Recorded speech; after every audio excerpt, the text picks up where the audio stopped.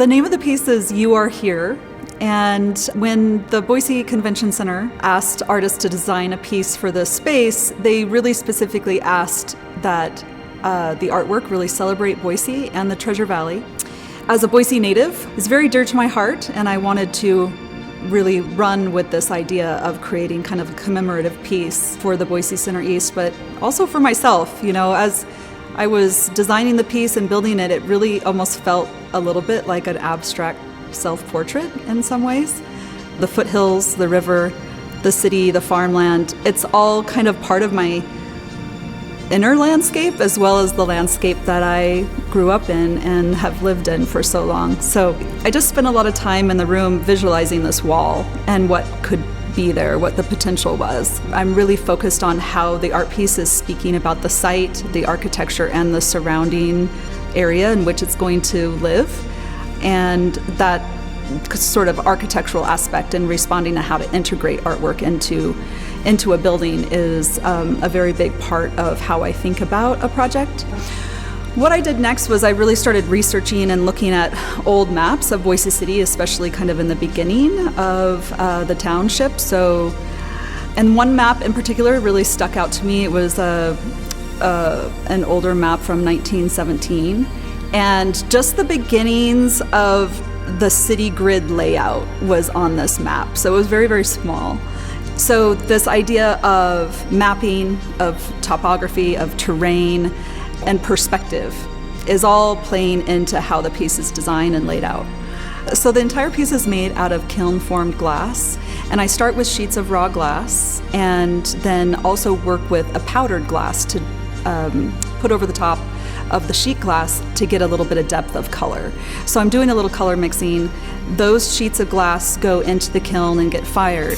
And then from there, I'm taking them to a water jet cutter, and we are precisely on the water jet cutter cutting out each individual piece. So the art piece is a giant puzzle that has very, very little tolerance between each piece so that it all comes together and fits really nicely. So we came back, I think, 7 different times, 2 days at a time, to get all of the glass up on the wall. We had a couple of scissor lifts that my husband Jay would be in the lift. I would be going through the boxes, getting out the piece we were ready for next, very carefully handing it to him over the bars or through the bars. And then while he was holding it, I'd get onto the scissor lift, we'd go up to where we needed to install, and then both of us working together to sort of handle this glass to get it secured. So it was definitely stressful, but rewarding. Jay and I worked really well together, and we were able to be very delicate with working with the glass. And it all came together really well. But if you can imagine 1,100 pieces of individual glass all having to come together to fit into this perfect puzzle, it was a lot of planning and a lot of patience. You have to go slow. There's no way to rush it. We really had to work all the way around the outside perimeter and work in so that it had this sort of like breathing aspect to it as we installed it. Then it seemed like it could come together a little better.